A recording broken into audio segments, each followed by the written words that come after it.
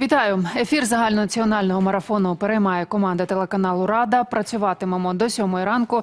Мене звати Ольга Будко і традиційно розпочинаємо із випуску новин. Потрощена цивільна інфраструктура, житлові будинки і машини – це наслідки обстрілу Нікополя. Росіяни завдали удару по місту зранку. Обійшлося без людських жертв, але одну жінку поранило. Про таке повідомляє Головне управління Державної служби з надзвичайних ситуацій у Дніпропетровській області. Рятувальники надали їй допомогу та відвезли у лікарню. Без людських жертв минуло і на Дніпропетровщині. У Самарівському районі вночі та вранці в області працювали сили протиповітряної оборони. Внаслідок атаки БПЛА пошкоджено 3 будинки, магазин і лінії електропередач. Про це повідомив голова Дніпропетровської ОВА Сергій Лисак.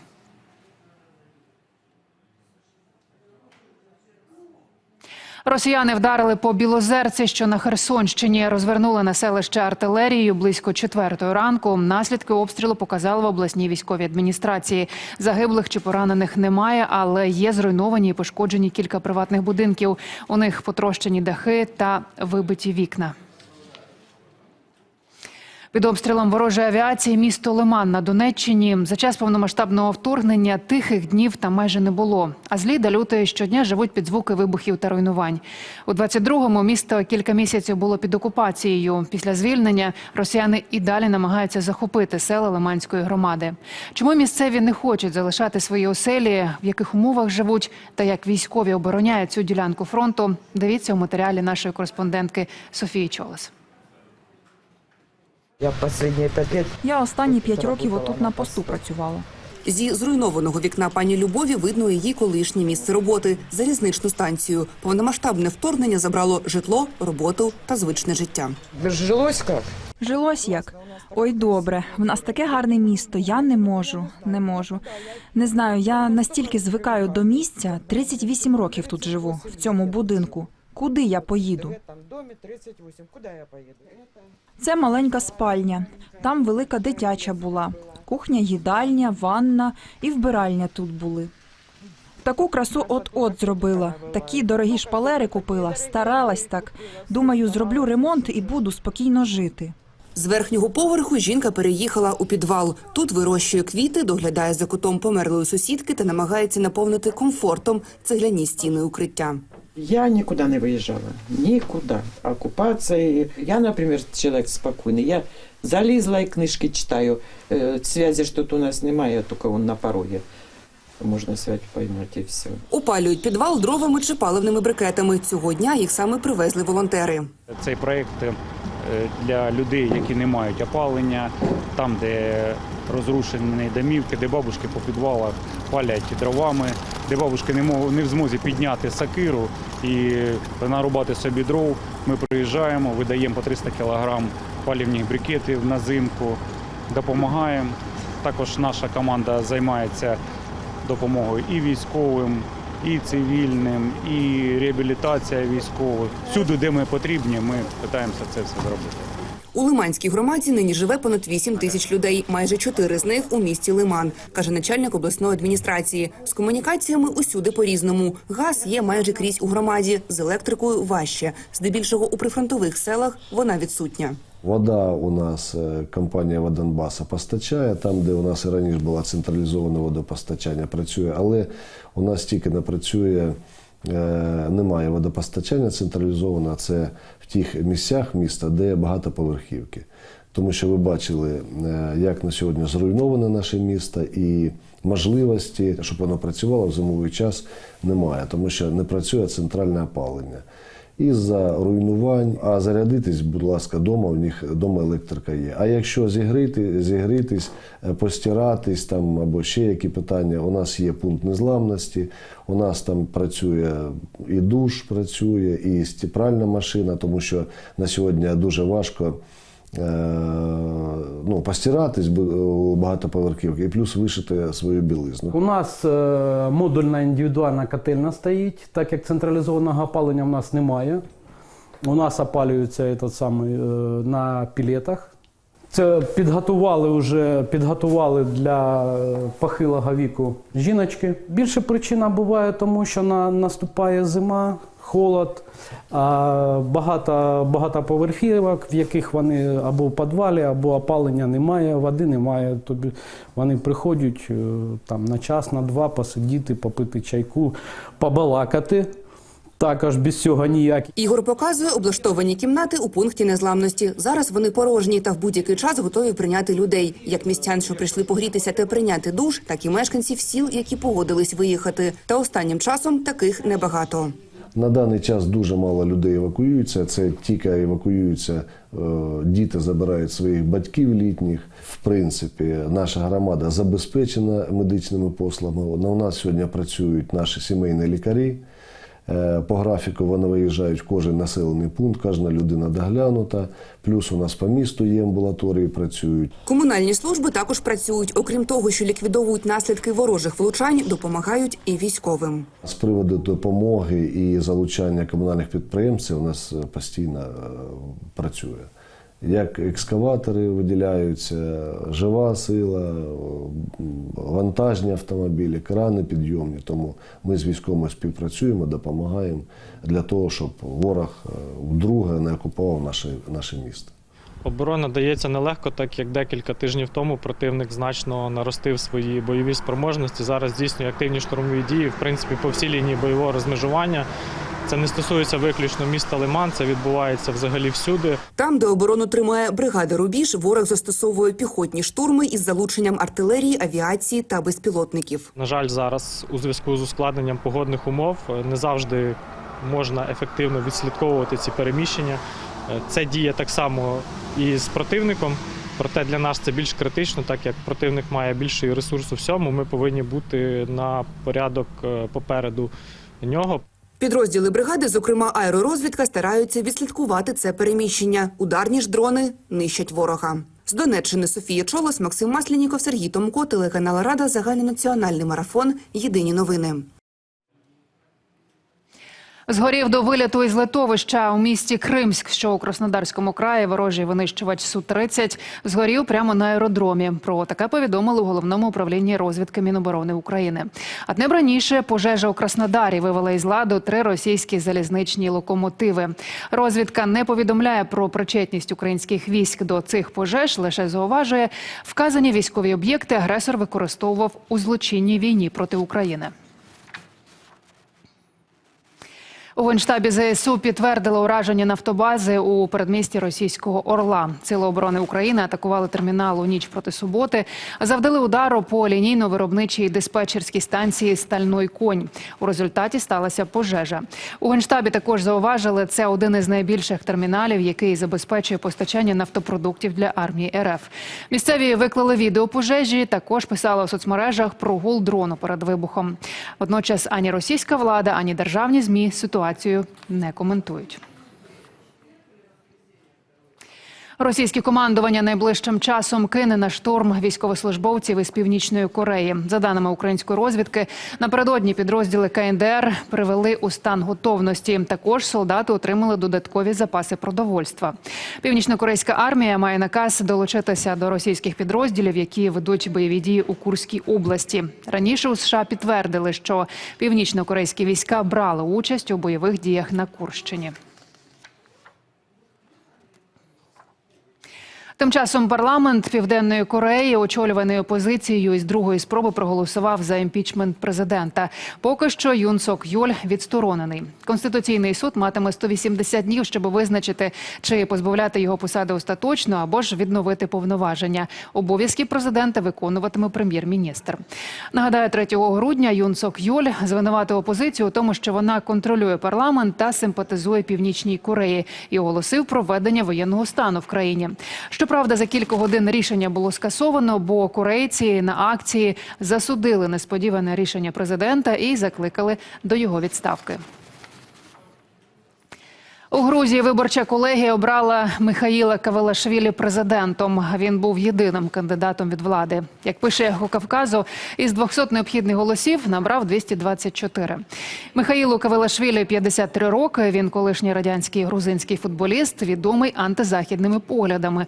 У 2016 році був обраний до парламенту Грузії від керівної партії «Грузинська мрія». Вперше в історії країни президента обирав не народ, а виборча колегія, у складі якої 300 депутатів парламенту, членів Верховних Рад Аджарії та Абхазії та представників місцевих органів влади. Інавгурація президента має відбутися 29 грудня.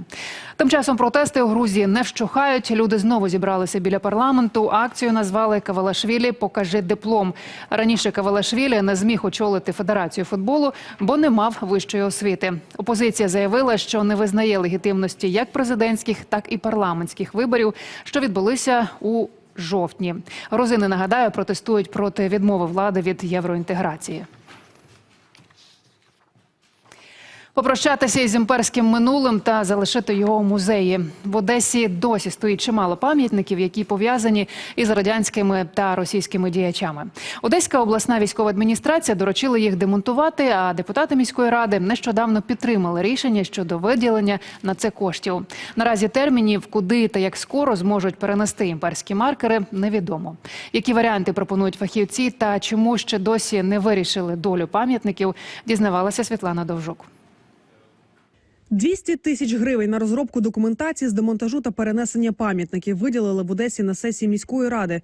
У списку пам'ятники Пушкіну, російському імператору Олександру II, письменнику Ісааку Бабелю, підводнику Олександру Маринеску, маршалу Радіону Малиновському та іншим. Але за ухваленим рішенням можуть стояти місяці невизначеності.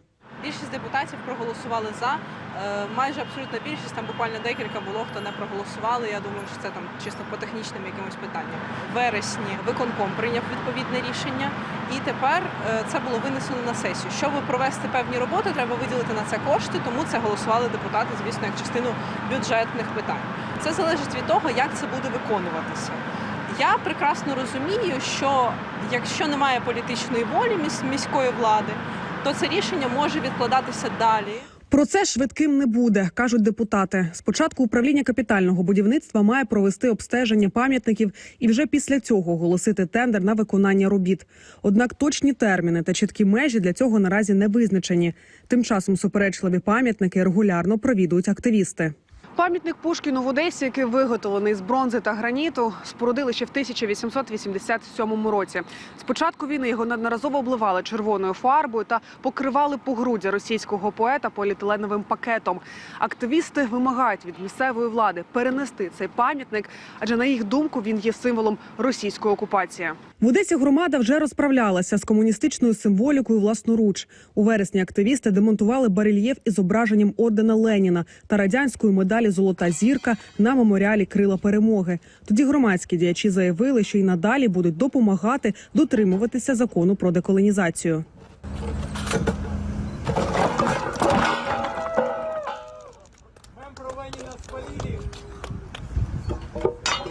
Це питання часу, коли їх будуть демонтовано. Або це зробить цивілізована влада, як з пам'ятником Катерині II, перенесе його до музею, або це зробимо ми.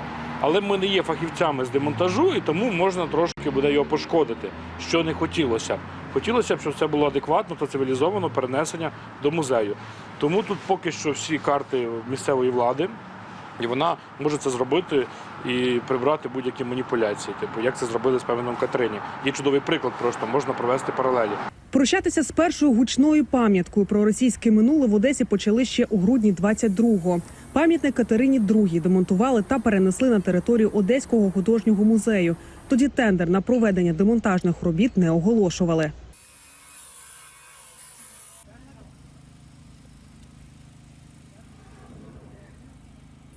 Зараз на місці пам'ятника Катерині II майорить український прапор та встановлено символічний меморіал у пам'ять про загиблих захисників України. Фахівці вважають, усім пам'ятникам, які є претендентами на демонтаж та які містять символіку російської та імперської політики, місце у музеї. І ми не проти, ми за те, щоб ці пам'ятники були перенесені до музейних сховищ, тобто до музеїв, в експозиції музеїв, де будуть відповідні таблички з інформацією про те, де були ці пам'ятники і чому їх знесли, і про особистість. Це стосується насамперед пам'ятників, які є досить такими значними архітектурними творіннями. Але ми за те, щоб, наприклад, увічнити пам'ять видатних одеситів, видатних історичних діячів. Їх тут забагато, але жодного пам'ятника, скажімо, видатним вченим немає. Такого рівня, як Мєчников. Є маленький бюстик в сквері, але пам'ятника достойного немає. Немає пам'ятника тому ж самому Миколі Гамалії. Підставою до демонтажу є розпорядження голови Одеської ОВА, яке є обов'язковим до виконання. Серед 19 об'єктів – 7 пам'ятки архітектури. Одеська мерія зверталася з листом до ОВА щодо перегляду розпорядження, проте звернення було відхилено. Відповідно до закону, у голови обласної адміністрації протягом 3 місяців з квітня по липень були повноваження по демонтажу, скажімо так, об'єктів монументальної скульптури, пам'ятників, тобто які відповідають вимогам закону. Тобто, якби все було вчасно зроблено органами місцевого самоврядування, то не було б необхідності приймати такі розпорядження. Щодо того, що Одеська міська рада замовила проєкт обстеження, це в принципі нормально. Тому що дійсно треба зрозуміти, як правильно знову ж таки демонтувати цей пам'ятник, так щоб його не зламати. Міська влада посилається на необхідність погодити це рішення з ЮНЕСКО. До цієї організації звернулися і деякі діячі, які виступають проти знесення і пропонують відкласти це до завершення війни. Але за словами юриста Артема Карташова, для демонтажу не потрібен спеціальний дозвіл, адже пам'ятник тому ж Пушкіну ще торік у листопаді був виключений урядом з реєстру пам'яток національного значення, так само як і пам'ятник Воронцову.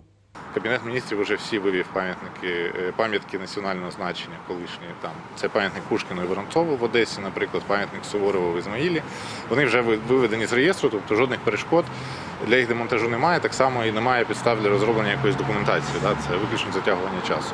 Але щодо місцевих пам'яток, звичайно, частина пам'ятників є і до сих пір не вирішено питання про їх виключення, наскільки мені відомо. Поки питання пам'ятників в місті ще остаточно не вирішено, на Одещині активно перейменовують вулиці, сквери та провулки з імперськими та радянськими назвами. Тепер вони носитимуть імена загиблих українських військовослужбовців та українців, які боролися за незалежність країни у різні історичні періоди, або були відомими науковцями, митцями чи освітянами. Світлана Довжук, телеканал Рада, загальнонаціональний марафон, єдині новини. 3 українських військових померли через отруєння хімічними речовинами, які Росія застосовує на фронті. Про таке розповів керівник відділу екологічної безпеки та цивільного захисту Управління радіаційного, хімічного, біологічного захисту командування сил підтримки ЗСУ Артем Власюк. Один із інцидентів із застосуванням заборонених речовин стався 20 вересня біля села Іллінка. Експерти організації з заборони хімічної зброї це задокументували, опитали свідків і вилучили зразки із траншеї. Всього з початку повномасштабного вторгнення з симптомами отруєння до медичних закладів, як військового призначення, так і загальної медичної інфраструктури України, було направлено понад 2000 військовослужбовців з різними ступенями отруєння невідомими або відомими хімічними речовинами, в тому числі отруйними речовинами подразнюючої дії, які були оголошені вище СІС та СІН, які використовуються в боєприпасах для боротьби з заворушеннями. Остання інформація у цьому випуску. Оновлений буде о 16-й.